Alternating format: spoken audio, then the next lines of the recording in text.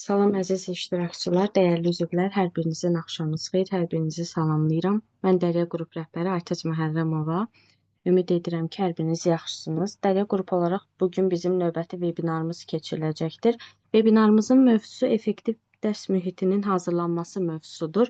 Təlimçimiz isə xüsusi pedaqoq və metodist Vüsalə Mustafayev olacaqdır. Vüsalə xanım, axşamınız xeyir, necəsiz? Axşamınız xeyir. Xoş gördük hər birinizi. Çox sağ olun, yaxşıyam. Siz necəsiz? Şükür, mən də yaxşıyam. Başlaya bilərik, uğurlu vebinarlar arzu edirəm. Çox sağ olun, təşəkkür edirəm. Hər vaxtınız xeyir olsun. Bu dəyərli vaxtınızı, zamanınızı bizə ayırdığınız üçün əvvəla hər birinizə təşəkkür edirəm. Ümid edirəm ki, bugünkü vebinarımız çox faydalı və daha geniş müzakirəli bir vebinarlardan olacaq. Bugünkü vebinarımızın mövzusu effektiv dərs mühitinin hazırlanmasıdır. Bildiyimiz kimi biz dərs mühitinə hazırlaşarkən sinif otaqlarını, vəsaitlərimizi, resurslarımızı, hər bir şeyi nəzərə alırıq. Amma effektiv dərs mühiti üçün ən vacib olan, belə deyək, punktu yaddan çıxardırıq. Sizcə biz effektiv dərs mühitinin hazırlanması deyəndə əsasən nəyə fikir verməliyik? Bugünkü zamanın tələbinə uyğun olaraq. Kimsə cavab vermək istəyir?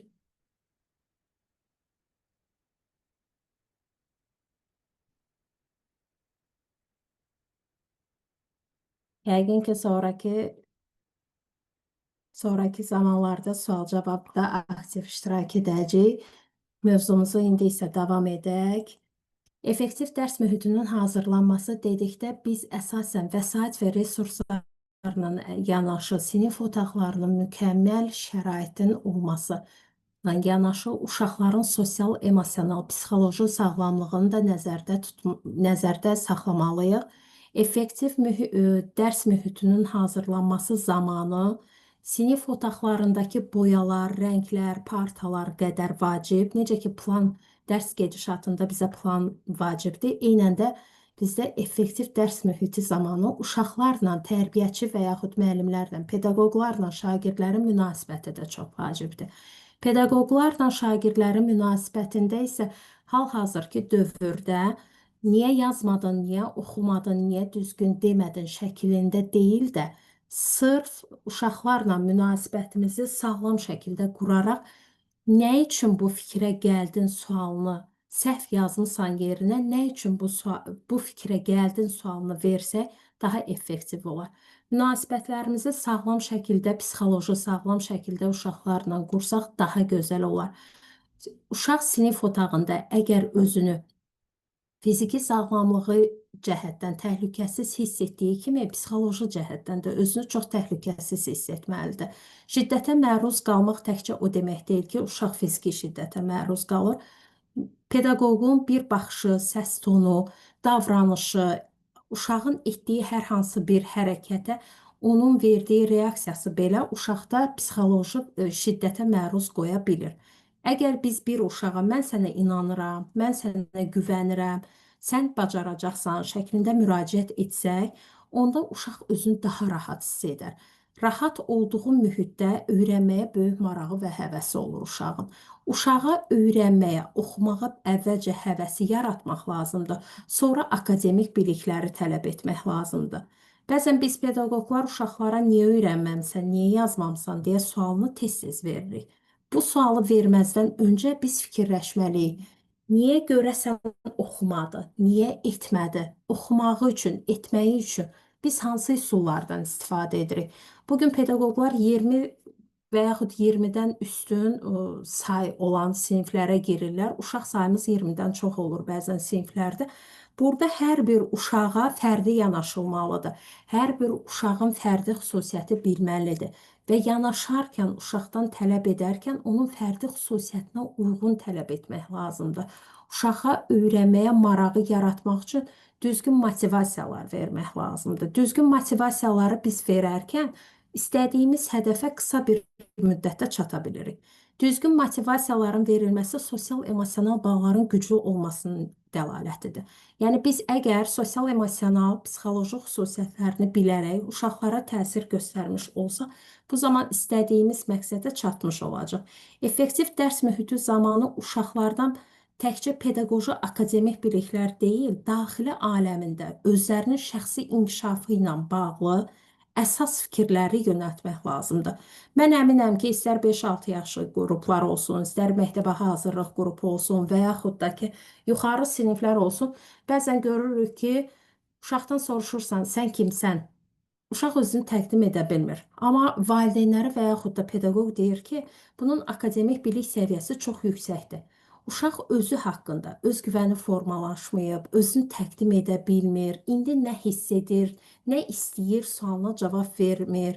Seçdiyi ixtisasları soruşanda niyə bunu seçmisən deyir, valideynlərim belə məsləhət gördü və yaxud da müəllimələr belə məsləhət gördü. Bu o deməkdir ki, uşaqlarla artıq biz sosial-emosional olaraq münasibətimiz düzgün formalaşmayıb.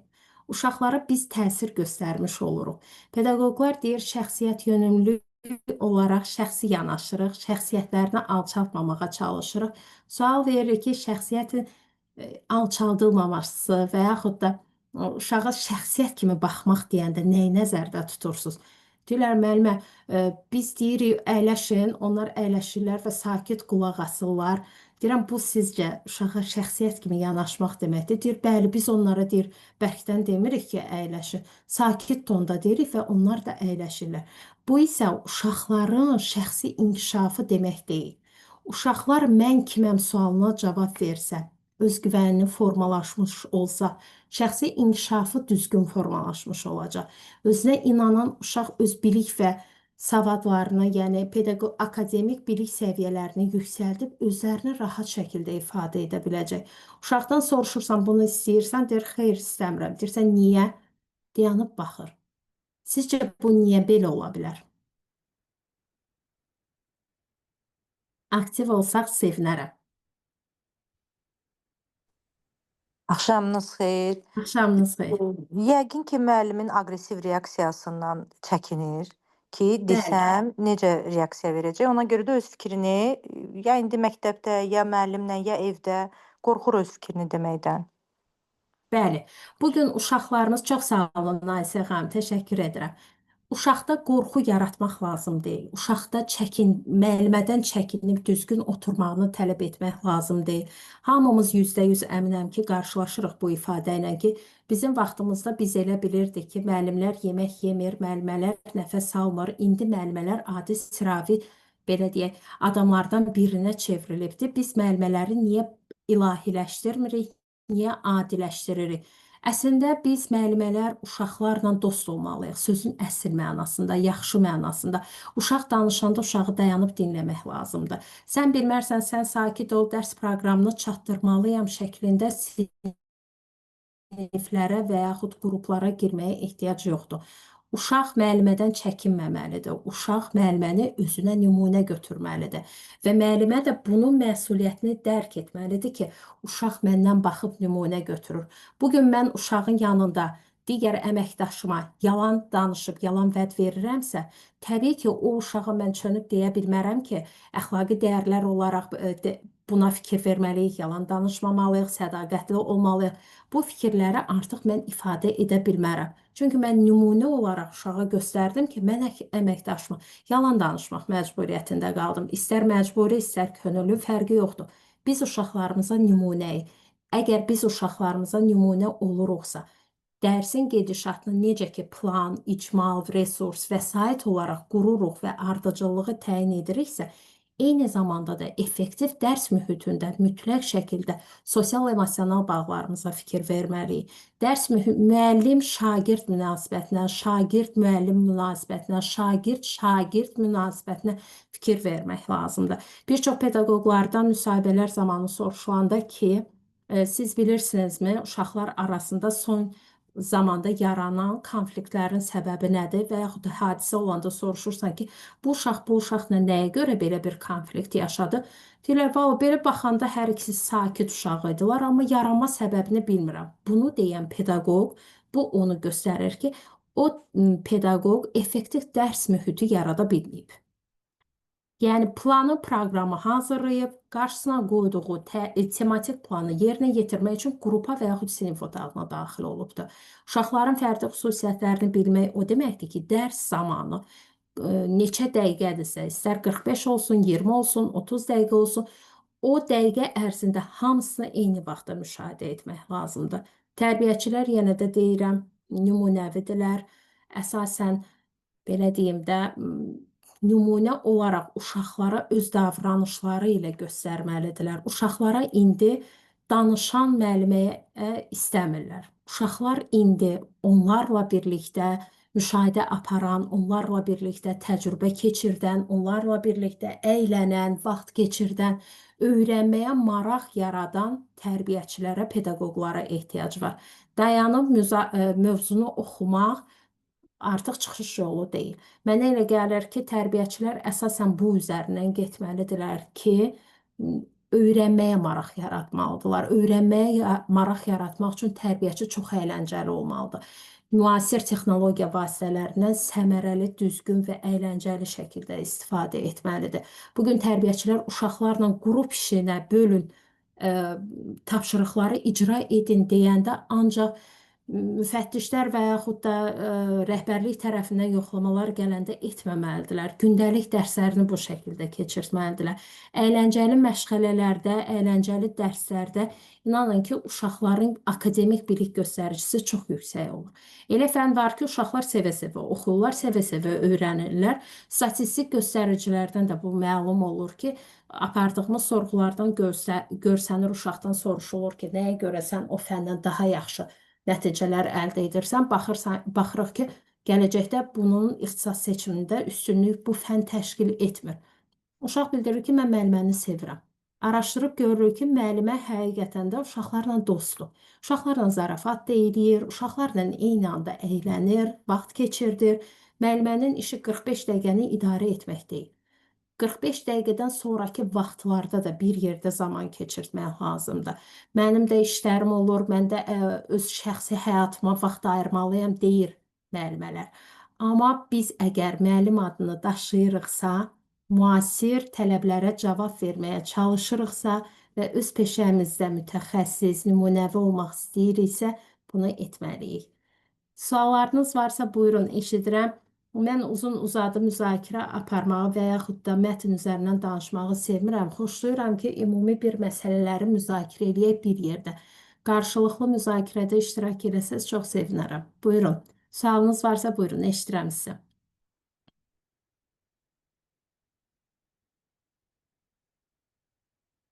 Heç kimin sualı yoxdur.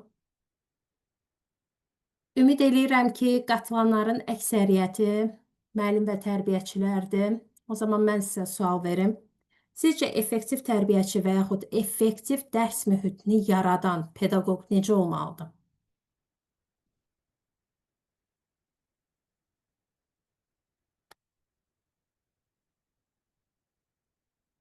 Salam, axşamınız xeyir. Axşamınız xeyir, Gülşən xanım. Əslində ən aktual bir mövzudur bu.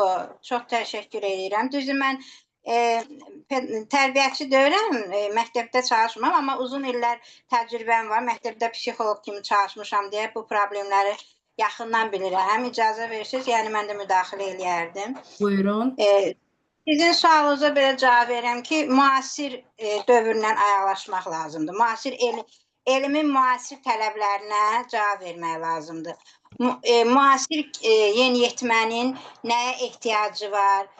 Hazırki dövrdə çağdaş tələblərlə biz ayaqlaşmalıyıq, özümüzü inkişaf elətdirməliyik. Yəni mən ali təhsilliyəm, mən bu nəticəni göstərmişəm, mən buradan gəlmişəm, mənim qiymətlərim budur. Bunlar hamısı akademik göstəricidir. Bir də bizim şəxsi keyfiyyətlərimizə, xüsusiyyətlərimizə bağlanan insanlara münasibətimiz, insanlara yəni xüsusi empati hissi, gənclərlə, yeniyetmələrlə məktəbdə işləyəndə empati hissi çox güclü olmalıdır. Mən bunu deyirəm ki, yəqin ki, dinləyənlərə də bəlkə lazım olar, ona görə deyirəm. Biz uşaqların hər bir, yəni ümumi, düzdür, məktəb kollektiv qurumdur, amma ki, bizdən tələb olunur ki, orada biz fərdi yanaşaq. Buna baxmayaraq biz fərdi yanaşaq. yanaşmalıyıq. Ailədən uşaq tutaq ki, problemli gələ bilər. İndiki ailələr bilirik də, qarışıq ailələr var, risk qrupuna aid olan ailələr, yəni çoxdur deyə, tək ana ilə böyüyən ailələrdə uşaqlar çox gəlir. Bunun da uşaq psixologiyasına, uşağın təfəkkürünə, uşağın dərsə hazırlığına, sağlamlığına, həm fiziki, həm ruhsal sağlamlığına çox təsiri var da, mənfi təsiri var. Ona görə də bu səbəbdən biz Doğrudur. uşaqlara çox həssas yanaşmalıyıq. Uşaqlar bizim həqiqətən də bizim gələcəyimizdir. Gələcəyin naziri, həkimi, marketdə kassir işləyən, nə bilim hardasa nəzarətçi işləyən hər kəs bax bu məktəbdən, bu ailədən gəlir. Düzdür ki, mən əsasən valideynlərin üzərinə çox böyük yük düşür. Amma neyniyək ki, bizim əlimizdən gələn və gəlməyən səbəblərdən valideynlər bəzən 12 saat işləyirlər, sonra da evin işi, heç bəlkə uşağa doğru düzgün münasibət göstərə bilmir və yaxud savadı ona, indi bunu realdır da, kimsə mühasibdirsə, onun pedaqoji savadı yoxdur və üzərində çalışmır eyni dərəcədə. Bu da çox problemlər yaradır uşağın tərbiyəsində. Ona görə də bu hal-hazırda qısa edirəm danışığımı. Hal-hazırda məktəbdə pedaqoji, demək, rəhbərlikdən tutmuş, bu bağçalara da aiddir, sizə deyim, kurslara da aiddir. Texniki işçiyə qədər məsuliyyət 1/1000 artıb. Həddindən artıq. Çünki cəmiyyətin yükü sanki hazırki pedaqoji sastavın üzərinə düşür. Yəni bunu biz aydın şəkildə müşahidə edirik ki, valideyn evlad tərbiyəsini və onun təhsilini repetitorların və məktəbin boynuna qoyub, hazırki bu yüklənmiş iş gün rejiminə görə, həyat rejiminə görə. Ona görə də məktəbdən, yəni 1/1000 tələb peşə, düzdür, onlar da bir ailədən gəlirlər. Onların da öz yükləri var. Bunlar hamısı, yəni belə bir, necə deyim, kontrastlı bir məsələdir də. Amma hər kəs öz vəzifəsini bacardığı qədər, mənəvi gücü çatdığı qədər məncə, yəni bizim gələcəyimizdir də, bizim cəmiyyətdir, bizim gələcəyimizdir. Mənim də evladım o uşaqlarla bir yerdə olacaq. Yəni bu zəncirvari bir məsələdir. Özgə uşağı yoxdur da. Bax bu ölkədə özgə uşağı yoxdur. Çünki biz istərsiniz toqquşmalıyıq. Düzdür. Toqquşuruq da, yəni hər bir halda toqquşuruq. Təşəkkür edirəm, sağ olun. Biraz Çox sağ bəlkə olun emosiyon Gülşən. ağır məsələdir ona görə. Çox sağ olun, çox təşəkkür edirik dəyərli fikirlərinizə görə. Tamamilə sizlə razıyam. Effektiv dərs mühitində müəllimin rolu, bayaq dediyim kimi, dinləyən liderdir. Dinləyən lider o deməkdir ki, uşaq danışanda qulaq asmaq lazımdır. Əvvəl müəllimlər danışırdı, şagirdlər qulaq asırdı və hər kəs evə və yaxud da tərbiyəçi, müəllim digər işlərlə məşğul olurdu. Amma hal-hazırki dövrdə isə uşaqlar dinləyən lider axtarır ki, o danışanda ona qulaq assınlar, onların fikirlərinə hörmətlə yanaşsınlar. Hörmətlə yanaşmaq deyəndə valideynlər və yaxud tərbiyəçilər indiki psixologiyanın müəyyən bir qanunlarını, zidlərini səsə alırlar, qadağaları, şərtləri, qaydaları pozurlar və o qaydalara əməl etmirlər.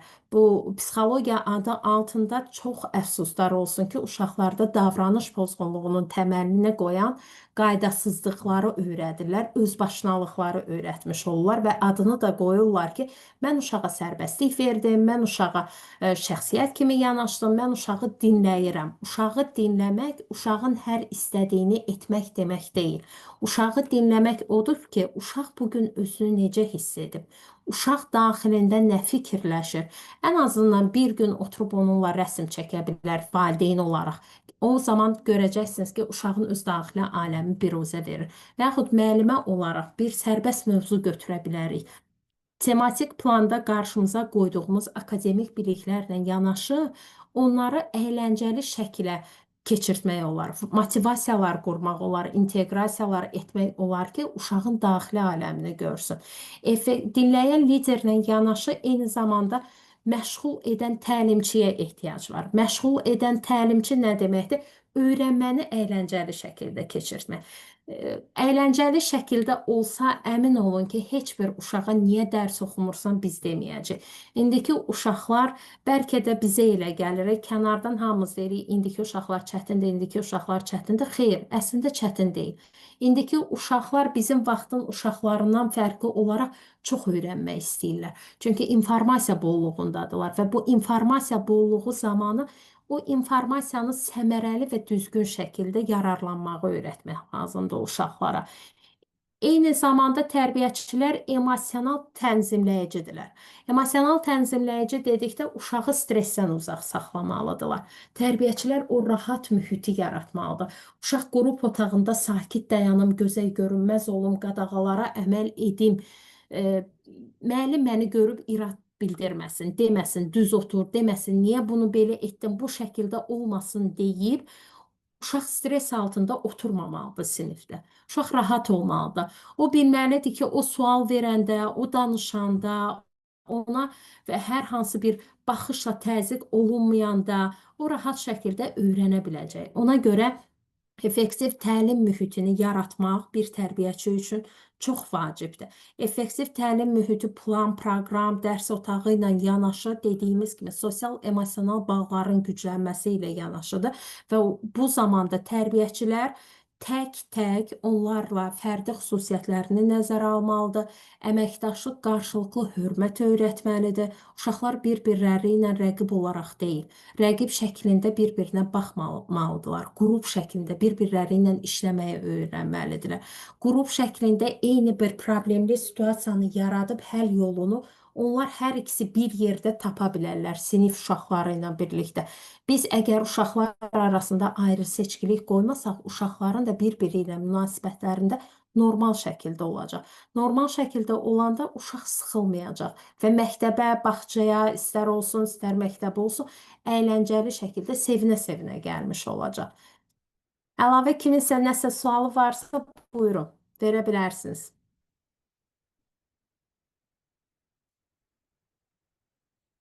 Yoxdursa davam edə bilərik.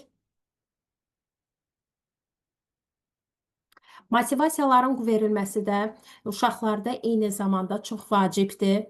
Bunun üçün də çox yaxşı olar ki, üzrlü sayın, motivasiyaların düzgün şəkildə qurulmasına çox vacib elementlərdən də biri odur ki, uşaqlarda hər birinin fərdi xüsusiyyətləri zamanı uşağın dəstəyə, nəyə ehtiyacı var. Bəzi uşaqlar var motorika inkişaf etməyib. Bunun üçün əyləncəli şəkildə motorikanın inkişafı ilə bağlı tapşırıqlar verə bilərsiniz.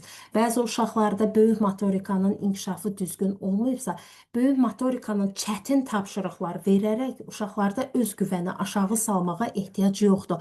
Bəzi uşaqlarımızda pedaqoji akademik bilik səviyyəsi yüksəkdir, öz güvəni olmadığına görə özünü inamlı şəkildə ifadə edə bilmir. Uşaqlarımızı vətənpərvər, özgüvənli, daxili aləmini bilən, emosiyalarını düzgün ifadə edən, bunların hamısını birlikdə yerli zamanında nümayiş etdirməyi öyrətməliyik. Effektiv dərs mühitinin yaranması, texnologiyaların inkişafı ilə yanaşı, biraz da biz pedaqoqların təfəkkür və təxəyyülünün inkişafının məhsuludur. Bir tərbiyəçi, bir pedaqoq nə qədər yaradıcı, nə qədər inkişaf edici olsa, onun məşğələsi və pedaqoqu keçdiyi, daha doğrusu məşğələsi, dərsi bir o qədər maraqlı olacaq, bir o qədər verici olacaq. Sualı olan varsa buyurun.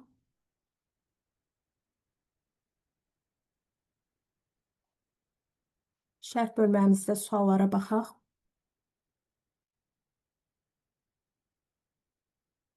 Dəstəkləyici, inkişaf etdirici mühit yaratmalıyıq. Bəli, dəstəkləyici, inkişaf etdirici mühit yaratmalıyıq dedikdə, buna misal olaraq deyə bilərsiniz, zəhmət olmasa, belə bir mühitdə nəyi nəzərdə tutursunuz?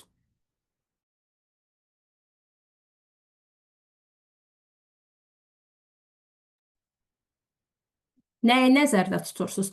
Baxın, Zeynət Daşdəmirova yazıb. Dəstəkləyici və inkişaf etdirici mühit yaratmalıyıq. Yəni, necə bir mühit?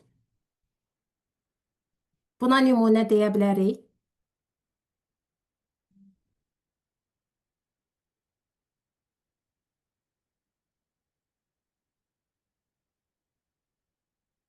Dəstəkləyici və inkişaf etdirici mühit dedikdə, uşağın bilik səviyyəsinə uyğun olaraq tapşırıqların verilməsi, əsasən onların psixoloji xüsusiyyətlərinin nəzərə alınması, hər zaman uşaq verdiyi suallara cavab taparsa, tərbiyəçi səbirlə dinləyərsə, onun irad və təkliflərini nəzərə alarsa, motivasiyaları sən bacararsan, mən sənə inanıram, sən daha güclüsən, bu şəkildə verərsə, bu dəstəkləyici və inkişaf etdirici mühitin yaradılmasıdır.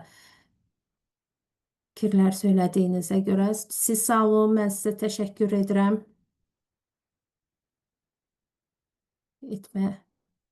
Yeni bir növ scaffoldinga getməliyik, bəli. Güşələr. İndi tərbiyəçilər və yaxud da güşələr. İndi tərbiyəçi və pedaqoqlar bayaq vurğuladığım kimi, yəni uzun-uzadı mühasirələr oxumamalıdır, uşaqları yönləndirməməlidir, uşaqlara dəstək olmalıdır. Dəstək olmalıdır deyəndə onların inkişaf xüsusiyyətlərini bilərək onların inkişafına müsbət təsir göstərəcək hər hansı bir yolları nəzərdə tutmalıdırlar. Əlavə sualı olan varsa buyurun.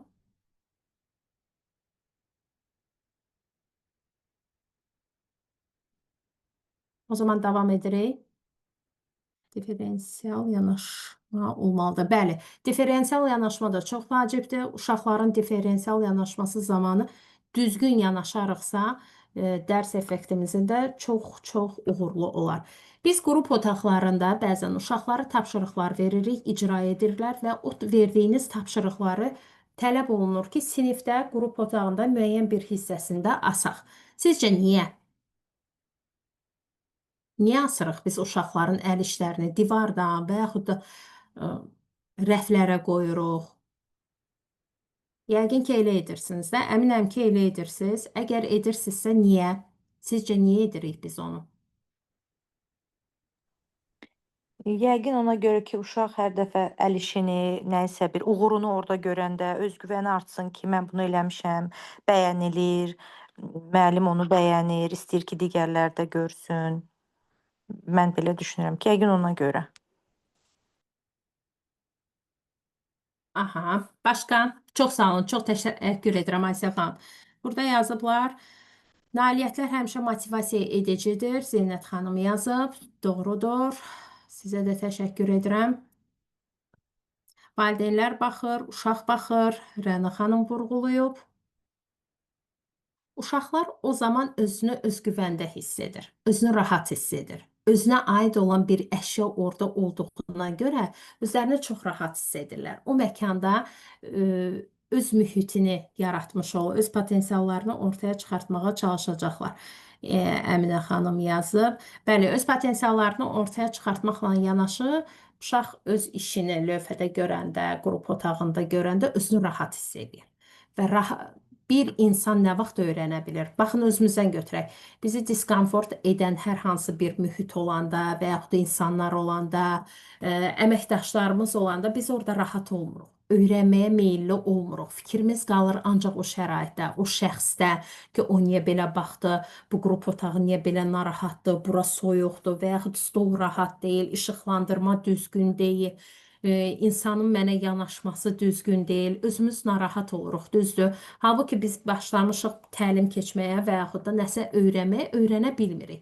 Amma uşaq özünə aid əşya görəndə, müəllimin xoş simasını, xoş üzünü görəndə, xoş rəftarını görəndə, hər zaman yerində və zamanında dərəcəsində motivasiya edici sözləri eşidəndə uşaq özünü rahat hiss edir, özgüvəndə hiss edir. Rahat olduğuna görə də öyrənməyə marağı artır. Artıq ehtiyac olmur ki, uşaqlarımıza biz deyək ki, oxuyun, öyrənin, indi bir açın, dərsinizi yazacaqsınız, niyə yazmırsınız?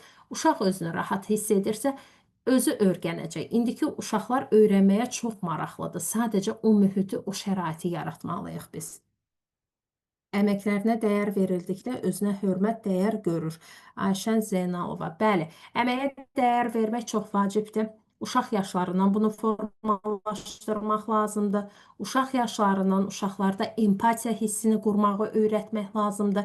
Empatiya hissi düzgün formalaşarsa gələcəkdə o uşaq istər-istəməz digər əmək əməkdaşlarından olsun, iş fəaliyyətində olsun, çox böyük uğurlar əldə edə bilir. Çünki empatiya hissi quraraq qarşı tərəflə münasibət yaratmağa çalışır. Əgər kiçik yaşlarında və yaxud məktəbli yaş dövründə uşaq empatiya hissi qura bilmirsə, əməyə hörmət etmirsə, gələcəkdə müəyyən bir fəsadlar olur.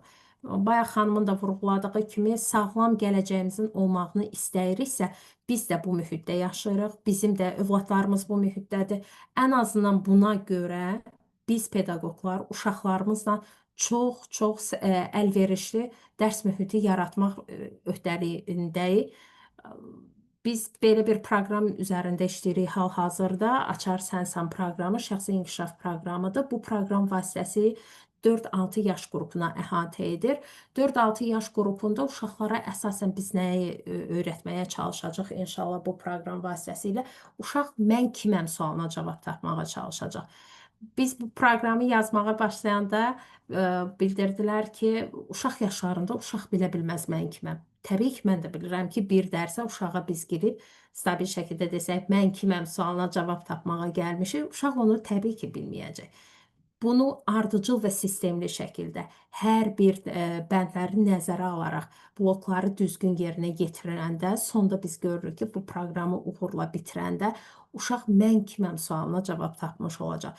Hər biriniz bu sualı özümüzə veririk. Mən kiməm? Bu suala cavab düzgün tapılanda, deməli, biz həyat missiyamızı düzgün yerinə yetirmiş oluruq. Bəzən gec tapırıq bu suala 40, 35, 50, 25 yaşında da bu suala cavab tapmış oluruq. Ona görə uşaqlarımıza düzgün yanaşanda, bu proqramları tədris və tətbiq etdiyimiz zaman uşaqların öz güvənini formalaşdırmaq və hər dəfə vurğuluyuram, yaş xüsusiyyətlərini nəzərə almaqla tətbiq etdikdə, uşaq mən kiməm sualına tez bir zamanda cavab tapmış olacaq. Yazılanlara baxaq. Əminə, həvəs yaratmaq lazımdır ki, uşaq öz istəyi ilə edəcək. Ənənəvi metoddan daha çox müasir metoda üstünlük verməliyik. Dərs interaktiv keçsə yaxşı olar. Bəli, interaktiv keçməlidir dərs mühiti, ənənəvi mühiti artıq hər birimizi unutmalıyıq. Müasir metodlardan istifadə etməliyik. Müasir metod vaxt itkisidir, müasir metod çox yararsızdır, müasir metod çox çətindir deyərək özümüzü çətinə salmağa ehtiyac yoxdur. İndi əylənərək öyrənməyin vaxtıdır, əylənərək öyrətməyin vaxtıdır. Əylənərək öyrətməyəcəksinizsə, həm siz yorulacaqsınız, həm də gördüyünüz işin nəticəsi olmayacaq. İnsan da gördüyü bir işdən nəticə əldə etmirsə, təbii ki, adı halanacaq ki, bu pedaqoq uğursuzdur. Gördüyümüz işin nəticəsi olmağı üçün özümüzü inkişaf elətdirməliyik və əyləncəli şəkildə belə deyək də, təşkil etməliyik hər bir tədris etdiyimiz metodları və materialları. Başqa sualı olan varsa buyurun. Vüsalə xanım, bayaqları motivasiyanın qədərində desən, dediniz ki, qədərində Bəli, motivasiya. Nə vaxt motivasiyanı elə bir ki, çox olur, keçmiş oluruq qədərini? Aysel xanım, siz pedaqoqsunuz. Bəli, bəli. Neçə yaş qrupu ilə işləyirsiniz? 10-14 yaş qrupu ilə. 10-14 yaş qrupu. Əla. Bu kiçik yaş qruplarında əsasən daha çox belə olur və eyni zamanda da 10-14 yaş qruplarına da uyğun deyəcəm. Uşaq bir şeyi bacarmır və dayanmadan əla, afərin, sən bacardın deyirik və mənfisini demirik. Ən gözəl üsul uşaqlara və valideynlərə yanaşma metodu, mən hər zaman bunu vurğuluyuram, sandviç üsuludur. Əvvəlcə uşağın müsbət xüsusiyyətlərini deyirik, sonra mənfi xüsusiyyətini deyirik, üstdən isə yenə də müsbət xüsusiyyətlərini deyib sandviç halında hazırlayıb valideynə uşaq haqqında bunu təqdim edirik. Motivasiyalar verəndə eynən də belə. Mən bilirəm, sən çalışırsan, səndə çox gözəl alınır, lakin sən bunu etsən daha uğurlu olacaq. Səncə bunu niyə belə etdin? Sualını verin. Uşaqlara dayanmadan tərifləmək, əla, alındı, alınmadı, əla, gözəl, sən uğurlusan, sən hər şeyi bacarırsan şəklində də deyib, belə deyək də, xəyallar aləmində yaşatmaq lazım deyil. özgüvən formalaşmayanda uşaqda böyük oğlanlar, böyük qızlar olurlar. Xırda bir problemə görə böyük depressiya yaşayan ailə başçıları görürük. Böyük depressiya yaşayan gənclərimizi görürük. Niyə? Çünki örgəşib hər dəfə hamı bunun elədiyini alqışlasın. Gözəl günlərin birində əməkdaşlıq etdiyin müəssisədə və yaxud da qarşısına çıxan hər hansı bir problemdə deyəndə ki, sən düz demirsən, o uşaq üçün böyük bir katastrofa yol açır. Çünki indiyə nə qədər səhv də etsə, düz də etsə, hər dəfə sən düzsən, sən haqlısan, sən düzgün deyirsən deyərək biz bir addım geri atmamalıyıq. Motivasiyanı görürsünüz ki, siz dərsin gedişatında uşaqların hər birini müşahidə etmisinizsə uzun müddətli, hər biri haqqında anlayışınız, məlumatınız varsa, siz görəcəksiniz ki, bunu çox da motivasiya verəndə uşaqlarda özgüvən yüksək səviyyəyə qalxır və çox rahat olurlar ki, onsuz da mən bilirəm, mən bacarıram, edərəm yolu. Onda artıq öz üzərlərində işləmirlər. Arxayan olurlar ki, onsuz da mən bacarıram da hər şey. Qırmadan, alçaltmadan mənfilərini demək lazımdır uşaqların. Ümid edirəm ki, fikrimi çatdıra bildim Aysel xanım sizə. Sədaqət Ağayevə yazıb, şərh bölməsinə salam, axşamınız xeyir, Dərya qrup. Sizim Aytaç xanım, çox sağ olun, təlimi və mövzusunu tam düzgün seçdiniz. Salih xanım, əlasınız, hər bir kəsə uğurlar. Çox sağ olun, təşəkkür edirəm Sədaqət xanım. Gənc tərbiyəçi müəllimlərə verəcəyiniz məsləhət nə ola bilər? Gənc tərbiyəçi müəllimlərə verəcəyim ən gözəl məsləhət odur ki, özünüzü inkişaf elətdirin. Özünüzü inkişaf elətdirmək üçün də təlimlərə, webinarlara qoşulun və təlim və webinarlara qoşulduğunuz zaman əgər nəsə öyrənə bildinizsə, mütləq şəkildə bugün burada öyrəndiyinizi sabah çatan kimi sinif otağında tətbiq etməyə başlayın.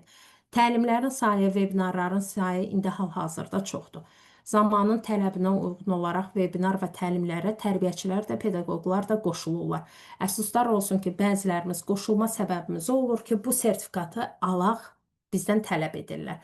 Tək sertifikat almaq niyyətinə webinar və təlimlərə qoşulmayın. Webinar və təlimlərdə öyrəndiyiniz bilikləri mənimsəyin, özünüzünküləşdirin və dərhal qrup otağına, sinif otağına daxil olanda tətbiqə başlayın. Hər bir uşağa, bir də ən əsası, effektiv təlim metodunun ən əsas xüsusiyyəti odur ki, hər bir uşağın özünə məxsus şəkildə yanaşırıq deyirik ya. Hər uşağa yanaşma tərzi fərqlidir. Bir metodu bir uşağın üzərinə tətbiq etdik, əla nəticə əldə etdik, digər uşağa da bu metodu tətbiq edək və əla nəticə əldə edəcək deyə bir şey yoxdur. O metod digər uşaqda öz uğurunu əldə etməyə bilər. Ona görə hər bir uşağa ayrı-ayrı yanaşma tərzində, ayrı-ayrı metodlardan istifadə etsəz daha yaxşı olar. Məsləhətim bu ola bilər. Sandviç üsulu hər zaman bütün işlərdə, eləcə də məktəbdə, şagirdlərdə əla metoddur, nəticəsi qəşəng olur. Bəli, çox gözəl olur sandviç metodu. Sandviç metodu ilə böyüklərə də yanaşanda çox gözəl olur. Siz də biz də çox gözəl bilirik ki, yaxınlaşan kimi uşağın və yaxud da valideynə yanaşanda deyirik ki, hə, yox sizin uşağınız belə heç nə bilmir, çox nadincdir, heç bir dərs oxumur, sözümə qulaq asmır. Bu şəkildə valideyni qarşılayanda valideyn nə qədər peşəkar, nə qədər mütəxəssis olursunuzsa olun, valideyndə artıq beyində sual yaranır. Bu necə müəllimədir ki, mənim uşağımda elə ancaq mənfiləri görür. Heç kim deməz ki, mənim böyütdüyüm uşaq ancaq mənfilərdən ibarətdir. Təbii ki, sizin haqqınızda mənfi fikirləşəcəklər. Buna görə yaxşı olar ki, əvvəl mən inanmıram, elə bir uşaq olsun və onun heç bir, iki müsbət xüsusiyyəti olmasın, elə bir şey olmur. Həqiqətən də yalandan müsbət xüsusiyyətlər dırnaq arası tərifləməyin. Həqiqətən o uşağın müsbət xüsusiyyətlərini tapın, o müsbət xüsusiyyətlərini sadalayın. Ana da görsün ki, siz şablon olaraq hamıya deyilən xüsusiyyəti demirsiniz. Onun uşağına xas olan xüsusiyyəti deyirsiniz və o zaman siz nə tövsiyə etsəz əməl edəcək. Bir uşağın uğur əldə etməsi üçün əməkdaşlıq möhkəm qurmalıyıq. Pedaqoq, valideyn və uşaq. Bu üçbucaq şəklində işləyəndə nəticə gözəl olur. Sualı olan var? Buyurun.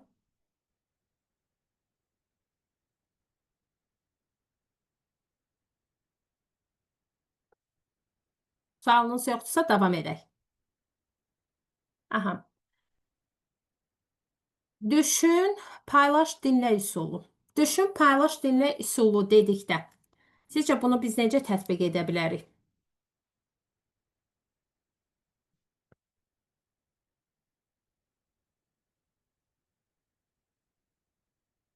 Düşün, paylaş, dinlə üsulu.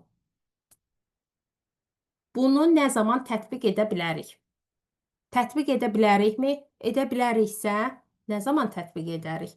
Və tətbiq etdiyimiz zaman nəticəsi nə ola bilər? Məqsədimiz nə ola bilər?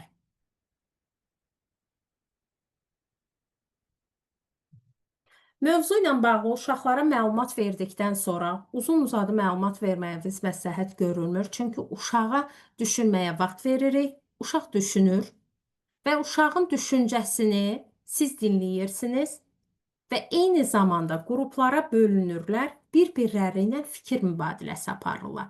Bu zaman uşaqlarda nitqi inkişaf etmiş olur, təfəkkür inkişaf etmiş olur, təxəyyül inkişaf etmiş olur, qarşılıqlı münasibət qura bilirlər, şagird-şagird münasibəti bərpa olunmuş olur, şagird-müəllim münasibəti bərpa olunmuş olur və uşaqlarla birlikdə həmsöhbət olmağa, onların daxili aləmini, mən kiməm sualına cavab tapmağa daha müsbət təsir etmiş olacaq.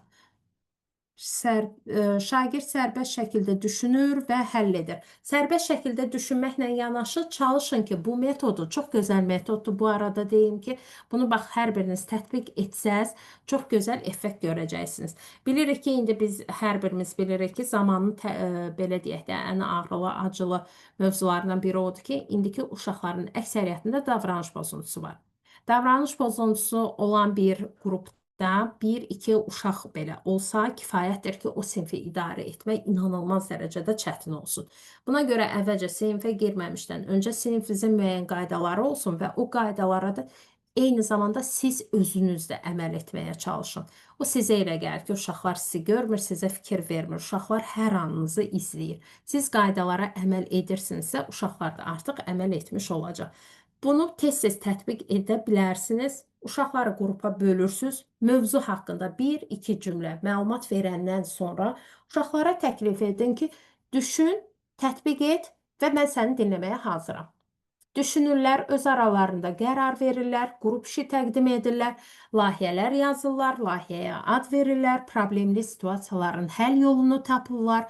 Bir problem olanda da sən niyə belə etmisən, nəyə görə belə etmisən əvəzinə, necə oldu bu baş verdi? Sən olsaydın nə edərdin? Səncə nəyi səhv etmişik? Bu şəkildə uşaqlara müraciət eləyəndə uşaq rahat olur ki, hə, məni günahlandırmayacaqlar. Problemi bir yerdə həll yoluna axtarırlar. Mən də öz fikrimi deyim. Uşaq o zaman rahat öz fikrini ifadə edəcək. Yoxsa uşaq baş verən hadisələrə nəyə görə günahlandırdığını başa düşmür. Hadisə baş verir, tərbiyəçi baxır hadisəyə, deyir günahkar sənsən, günahkarlar qarşı-qarşıya dururlar. Bu müəllimə deyir, sən ondan üzr istə, o da səndən üzr istəsin. Beləliklə hər ikisi üzr istəyir. Müəllimədən çəkindiklərinə görə və yaxud hörmət etdiklərinə görə üzr istəyirlər. Amma əmin olun ki, 5 dəqiqədən sonra və yaxud da həmin anda uşaqdan soruş ki, nə səbəbə üzr istədin? Üzr istəmin səbəbi nədir? O zaman bilmirlər. Problemli situasiyada tərbiyəçi kənarda müşahidəçi olaraq dayanır. Problemi yaradır, yenidən canlandırır. Problemi yaradır deyəndə problemi yenidən canlandırır tərbiyəçi və qıraqdan müşahidə edir. Və uşaqların hər ikisinə sual verir. Səbəb nə oldu? Bəs sən olsaydın nə edərdin? O onun yerində, bu da bunun yerində olaraq cavab verirlər. Empatiya hissi qurmuş olurlar. Empatiya hissi bayaq da vurğuladığım kimi empatiya hissi çox vacibdir. Uşaqlarda empatiya hissinin qurulmasına körpə yaş dövründən başlamaq lazımdır. Düşün, paylaş, dinlə üsulundan da başqa xoş hisslər dairəsi bir üsulu da yarada bilərsiniz. Yəni bunların hamısı praktik tətbiqlərdir. Praktik tətbiqlərdə xoş hadisələr dairəsi əvvəlcə dairə şəklində durub, siz necə tətbiq edərsiniz? Gəlin birinci bunu deyək, sonra bizim tətbiq etdiyimiz üsulları sizə deyək. Xoş hisslər dairəsi. Siz necə tətbiq edərdiniz?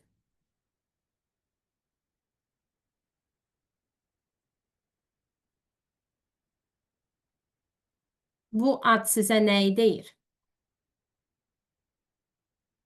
Xoş hisslər dairəsi.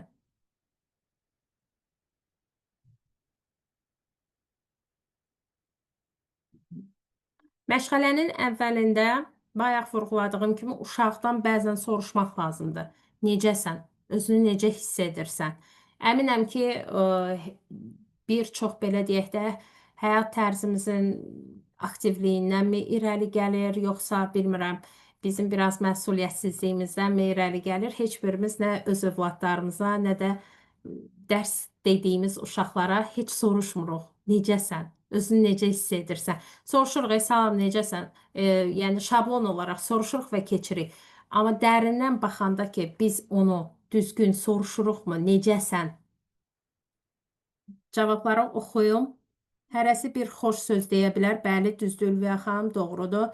Tam müdaxilə etmək istəmədik. Siz həm əla izah edirsiniz, səmimi və peşəkar münasibət bildirirsiniz. Dəyərli Müsalə xanım, sizi izləmək də, dinləmək də gözəldir. Dinləyirik. Yenidən bizə həm təkrar effekti bəxş edirsiniz, həm də özünüzlə birlikdə bizə də stimul, xoş təsir bağışlayırsınız. Çox sağ olun, Sədaqət xanım. Təşəkkür edirəm xoş sözlərinizə görə. Çox xoş oldu. Əgər nəsə verə biliriksə, qatqı qata biliriksə, nə xoş bizə. Deməli, burada dairəvi şəklində dayanıb, uşaqlar bir-birinə, Ülviyə xanımın dediyi kimi, hərəsi bir xoş söz deyə bilər və yaxud da hərəsi, mən səhər həmişə soruşuram, əla, çox gözəl. Yəni, əgər siz hər səhər bunu soruşursunuzsa, gün ərzində sizin keçdiyiniz məşğələlərin və yaxud dərslərin effekti yüksək səviyyədə olur. Günü necə qarşılayırsınızsa, elə də davam edir. Uşaqları səhər-səhər qarşılayanda çalışın, çox müsbət enerji ilə qarşılayın. Uşaq rahat olsun. Uşağı gərgin enerji ilə qarşılayanda uşaq o gərginliklə də gün ərzini başa vurur. Sonra sizin gərginliyiniz keçsə də uşağın gərginliyi keçmir. Uşaq o gərginliklə günün sonuna qədər gözləyir ki, indi əhvalının düzəlməyinə baxma, səhər gələndə əhvalı yox idi, yenidən əhvalı korlana bilər. Əhvalı korlananda bizə müsbət təsir göstərməyə bilər. Ona görə də müsbət təsiri, xoş sözlər deyərək dairə şəklində dayansınlar, uşaqlar öz hisslərini bir-birinə ifadə etsinlər. Beləliklə siz məşğələ zamanı deyəndə ki, uşaqlar xoş sözlər deyin, sizin hissləriniz necədir? Yəni özünüzü necə hiss edirsiniz deyəndə gözləmirlər ki, o xoş hiss kimdirsə, bir insandır gələn. Bir xanım var idi, vurğuladı ki, biz uzun müddətdir bir təcrübə aparmışıq. Yəni gediblər bağçaların birinə, 5-6 yaşlı uşaqlara öyrətməyə çalışıblar ki, uğur nə deməkdir? Başlayıblar, uğur piçenisi bişiriblər, uğurla bağlı layihələr hazırlayıblar. 6 ay müddətində uşaqlarla uğurla bağlı müxtəlif tapşırıqlar etməyə başlayıblar. Sonda uşaq qayıdıb deyib ki, müəllimə, uğur əmi nə vaxt gələcək? Bunlar belə düşünüblər ki, bu söz, bu ifadə hər hansı bir şəxsin adıdır. Yəni, bu şəkildə olmamaq üçün uşaqlar hissləri vaxtında və düzgün tanımaqları üçün mütləq şəkildə bunu hər gün tətbiq etmək lazımdır. Bir məşğələdə, bir dərsə bu effekti etmək mümkün deyil. Sosial, emosional, psixoloji xüsusiyyətləri bir dərsə, yalnız bugün gəldim, bu dərsin əvvəlində motivasiya qurdum, tətbiq etdim və sabahdan bunu uşaqların hamısı biləcək, belə bir şey olmur. Yəni, bu duyğuları, hissləri işləmək üçün hər gün etməliyik. Hər gün bu uşaq bu anlayışı formalaşana qədər, uşaq bilənə qədər ki, bu hissdir. Hər hansı bir əşya, hər hansı bir şəxs deyil. Uşaqlar bir-birinə xoş söz deyirlər, bir-birlərinə top ötürə bilərlər və yaxud yumağı bir-birlərinə ata bilərlər. Praktik təcrübələr və praktik tapşırıqlardan biri də budur. Halını soruşuram. Bu, bütün dərs prosesinə təsir edir. Xoşbəxtlik bulaşıcıdır. Bəli, xoşbəxtlik bulaşıcıdır. Eynən çox gözəl təlim oldu, maraqlı, sıxıcı olmadı. Ay, nə xoş mənə. Sizi tanımaq çox xoş oldu, Salim müəllimə. Mən ümumiyyətcə verdiyim təlimlər olsun, vebinarlar olsun, şablon mətnlərdən danışmağı uzun-uzadı sevmirəm. Çünki indi elə bir zamanədir ki, bu məlumatları hər yerdən əldə edə bilərsiniz. Hər bir vebinarımda da bu cümləni vurğulayıram. Bəzən deyirəm özüm öz belə çıxışlarıma qulaq asında eyni sözləri hər yanda demiş oluram. Çünki həqiqətən, xüsusən də məktəbə qədər yaş dövründə uşaqlar üçün, ümumiyyətcə nəinki məktəbə qədər yaş dövrü, insan həyatının ömrü boyu ən gözəl açarı sevgi açarıdır. Sevgi ilə işinizi görürsünüzsə, uşaqları sevirsinizsə, işinizi sevirsinizsə, inanın ki, sizdə heç bir mənfi heç nə ola bilməz. Etdiyiniz mənfini belə sevgi ilə edirsinizsə, orada nəticə yaxşı mənada, sözün əsl yaxşı mənasında bar alacaqsınız. Sevginin açmadığı qapı yoxdur. Uğura gedən yol, əmin olun ki, sevgi yoludur. Hər birinizə uğurlar arzulayıram. Ümid edirəm ki, nəsə verə bildik, nəsə öyrənə bildik. Mən də sizlərdən çox şey öyrəndim. Hər birinizə təşəkkür edirəm. Gözəl, dəyərli vaxtınızı bizə ayırdınız. Sualınız varsa buyurun. Mən hazıram. Yoxdursa yekunlaşdıra bilərik. Təəssüratlarınızı da işlə bilərik. Sualınız və irad və təkliflərinizi. Buyurun. Təşəkkür edirəm. Afərin, Nifqiniz sənizdir. Təşəkkür edirəm. Çox sağ Vüsalə olun. xanım, mən də sizə Buyurun. təşəkkür edirəm. Bütün Çox sağ olun. iştirakçılarım adından ola bilər indi çoxsa səslərini aça bilmir. Mən onları da başa düşürəm. Axşam saatıdır. Minnətdaram onların adından da öz adımla da sizə təşəkkür edirəm. Tanış olduğuma şad oldum. Əməkdaşlığımız xeyirli, uğurlu olsun. Sizə işlərinizdə daimi uğurlar arzu edirəm. Nə xoş mənə ki, sizin kimi dəyərli bir pedaqoqla, metodistlə biz Təşəkkür. təlim keçdik, əməkdaşlıq elədik və dəyərli fikirləriniz, maarifləndirici düşüncələrinizi eşitdik. Minnətdarıq sizə. Çox sağ olun. Çox sağ olun, təşəkkür edirəm. Mənim üçün də həqiqətən çox xoş oldu. Sədaqət xanım, gözəl sözləriniz üçün təşəkkür edirəm. Sənin belə haberin olmadığı şeylərdən dolayı seviyorum. Çox sağ olun, çox təşəkkür edirəm. Həqiqətən sözün əsl Biz də mənasında bu təşəkkür dəyərli vaxt. edirik. Çox sağ olun. Müəllimə, siz bayaqdan saçlarınızı düzəldirsiniz. Mən ona diqqət edirəm. Biz dərs zamanı da bu halları yaşayırıq ki, görən uşaqların qarşısında necə görsənirik, amma onların o üzündəki o gözəllik, gözlərinin içindəki sevgi o qədər bizə xoş təsir edir ki, mən də ümidvaram ki, sizə də bugün biz belə xoş təsir etdik. Aytaç xanıma və Dərya qrupa ürəkdən təşəkkür edirik. Çox dəyərlisiniz. Yenidən sizinlə bir təlimdə olmaq çox xoş idi. Uğurlar arzu edirəm. Yenidən görüşmək ümidi ilə. Var olun. Çox sağ olun, çox təşəkkür edirəm. Mən uzun müddətdir uşaqlarla əməkdaşlıq etmişəm və uşaqlarla əməkdaşlıq edən hər bir kəs bilir ki, o belə deyək də həmin şəxslər uşaqlaşır. Bu da mənə uşaqlardan yadigar bir qalan, bir belə deyək hərəkətdir. Bu məndə artıq adət halına çönüb. Hər dəfə saçımı düzəltməyə çalışıram. Çünki siz o qədər gözəlsiniz ki, sizlərə xoş təsir bağışlamağa çalışıram. İş zamanında dediyim kimi özümüzü uşaqlara həsr elədiyimizə görə çox gözəl şəkildə ifadə etməyə bədən dilimizlə yanaşı, eyni zamanda auramız, sevgi dilimiz, enerjimizlə də uşaqlara verici olmağımız tövsiyə olunur. Instagram səhifəsinə qoyarsınız. Aytaç xanım yəqin ki, qoyubdu. Mən də vurğulaya bilərəm, problem deyil. Aytaç xanım yenidən Bəli. paylaşımlarda qoyacaq. Qruplarda paylaşacağam. Əgər Kesin. uyğunsa əlaqə nömrənizi də paylaşaram. Paylaşın, Instagram problem deyil. profilimdə paylaşacağam. Yəni hər Paylaşın. biri izləyərlər, həmçinin sizin profilinizə baxarlar. Bir daha təşəkkür edirəm. Sədaqət xanım, siz də Sağ çox olun. sağ olun. Minnətdaram. Çox Çox xoş sağ oldu olun. Sədaqət xanım. Hər birinizi tanımağıma çox sevindim, çox şad oldum. Sədaqət xanım, xüsusən də sizə təşəkkür edirəm. Aktiv olduğunuza görə çox təşəkkür edirəm. Gülşən xanıma, Rəna xanıma, hər birinizə təşəkkür edirəm. Dəyərli vaxtınızı ayırdığınıza görə. Çox sağ olun. Ümid edirəm yeni layihələrdə, yeni mövzularla yenidən qarşınızda olacaq. Sağ olun, gecəniz xeyrə qalsın.